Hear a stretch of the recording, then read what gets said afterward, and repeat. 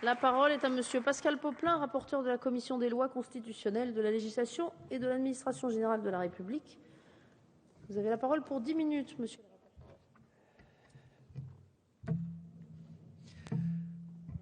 Madame la Présidente, Monsieur le Ministre, Monsieur le Président de la Commission des lois, mes chers collègues, pour la troisième fois, notre Assemblée entame l'examen de la réforme instaurant un nouveau mode de scrutin pour l'élection des conseillers départementaux, adaptant les modalités d'élection des conseillers municipaux et instaurant l'élection au suffrage universel direct des futurs conseillers communautaires appelés à siéger au sein des organes délibérants des établissements publics de coopération intercommunale. À l'heure où notre République traverse ce que, pour ma part, je n'hésite pas à qualifier de crise, nos débats pourraient, de prime abord, sembler dérisoires. C'est tout le contraire, puisqu'ils concernent la démocratie et son organisation. Aussi, permettrez-vous à votre rapporteur de prendre la liberté, en ce moment particulier, de s'éloigner quelques instants du texte lui-même. Il est des choses que je n'entends pas, que je n'entends plus, et que je voudrais rappeler avec force à cette tribune. La première est que notre démocratie, que l'émotion conduit bien vite à accabler, est un bien inestimable, irremplaçable, dont tous les acteurs et commentateurs du débat public devraient prendre le plus grand soin. Les nations pouvant choisir librement ceux qui ont la charge, pour un temps, de leur destin, des plus hautes autorités de l'État jusqu'aux élus qui œuvrent à l'échelon local, ces nations ne sont pas si nombreuses dans notre monde. Il est encore trop peu de pays où l'alternance démographique peut s'opérer sans trouble civil ou militaire par la simple décision des électrices et des électeurs. La France, qui fut parmi les précurseurs de ce mode de dévolution des responsabilités publiques, a parcouru un long chemin. Il ne fut pas rectiligne, il fut parfois douloureux, et certains ont donné leur vie pour que nous puissions l'emprunter. Nous avons tous le devoir, par nos actes individuels et collectifs, et par notre comportement personnel, nos expressions publiques et nos décisions, de contribuer à préserver ce bien commun qu'est notre République. Parce qu'à chaque fois qu'elle a été ébranlée ou qu'elle a vacillé, notre pays a connu des heures sombres dont il mit du temps à se relever. Je ne veux pas de cet avenir pour mes enfants, pour mes compatriotes, pour mon pays. Tout corps en bonne santé peut être porteur de virus, mais il est doté d'un système immunitaire qui dispose de ses propres défenses auxquelles il revient de détecter et de neutraliser les agents pathogènes. Au milieu du torrent d'injures, d'accusations et d'insinuations qui se déverse actuellement sur notre vie démocratique, face à ce qui, à mes yeux, constitue encore un risque bien pire, celui de la défiance ou de l'indifférence croissante de nos concitoyens à l'égard de la chose publique, je n'entends pas assez dire qu'en France, la presse est libre de publier les informations qu'elle pense en responsabilité utiles à l'information de l'opinion.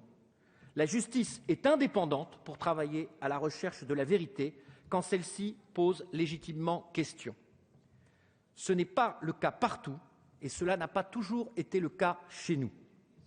Enfin, je ne méconnais pas le décalage qui existe entre l'idée que chaque Français se fait des élus qu'il connaît, qu'il voit à l'œuvre sur le territoire, et l'appréciation qu'il porte sur le personnel politique en général. Mais je n'entends pas assez que l'immense majorité des élus du suffrage universel de notre pays, quelle que soit leur appartenance politique et quel que soit le mandat qu'ils exercent, est d'une totale probité, ému avant tout, avec sincérité, par le souci de servir l'intérêt général. Pardonnez-moi ces digressions, mais je n'imaginais pas engager nos échanges sur ce texte sans avoir réaffirmé ces convictions. Et je forme le vœu que c'est en les conservant à l'esprit que nous poursuivrons notre travail. À ce stade de l'examen de ces projets de loi, beaucoup de choses ont été dites. Les points de vue des uns et des autres sont connus. La commission mixte paritaire a abouti à un accord s'agissant du projet de loi organique. De nombreux articles du projet de loi ordinaire ont été adoptés conformes par les deux assemblées.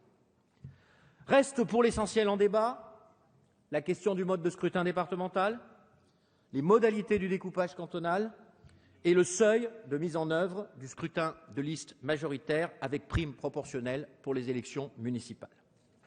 S'agissant du mode de scrutin départemental, Je veux rappeler une fois encore l'intention qui nous anime. Nous voulons rendre possible la mise en œuvre du principe constitutionnel de parité au sein des assemblées départementales, derniers organes délibérants des grandes collectivités territoriales de notre République, où il n'a pas su, hélas, encore trouver sa place.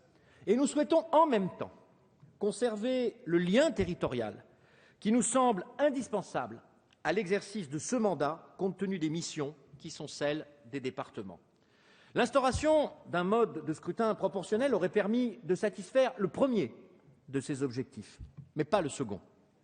Inversement, le retour à un scrutin majoritaire uninominal remplissait le second, les dernières élections cantonales ayant démontré qu'il était rédhibitoire s'agissant du premier. Seule l'élection des binômes paritaires permet de tenir ces deux objectifs sur lesquels se sont engagés le Président de la République et le gouvernement. J'observe d'ailleurs que si une majorité de rejet a pu se dégager au Sénat à l'endroit de cette proposition, aucune majorité de projet porteuse d'une solution alternative n'a émergé des débats de la Haute Assemblée. De la même manière, lors des travaux de notre commission des lois, de nombreuses propositions ont été avancées, parfois par les mêmes collègues, sans qu'aucune ne rassemble, y compris dans certains cas au sein des groupes politiques dont elles émanaient. La commission des lois a donc maintenu la proposition d'élire désormais les conseillers départementaux au scrutin majoritaire binominal paritaire. J'ai la conviction que cette innovation, qui ne sera pas la première invention française en matière de démocratie, sera de nature à rénover notre vie publique. Et je pense qu'à l'image de tant de réformes dont le caractère novateur a toujours interrogé, inquiété ou suscité le rejet lorsqu'elles furent proposées, celle-ci fera demain partie intégrante de notre paysage institutionnel. Tout comme aujourd'hui, on peut relire de manière amusée ou accablée, cela dépend, les réactions qui accompagnèrent l'adoption des premières lois de décentralisation en 1982. Un autre point demeure en débat concernant les modalités du redécoupage cantonal. Certains prétendent que cet exercice n'est pas nécessaire et qu'une fois l'abrogation du conseiller territorial décidée, il eût été possible d'en revenir à la situation actuelle, dont je rappelle que pour les 2/3 des cantons, elle est inchangée depuis 1801, soit depuis 212 ans. Lors de l'examen en première lecture, j'ai cité plusieurs ministres du précédent gouvernement dont les interventions attestaient du contraire.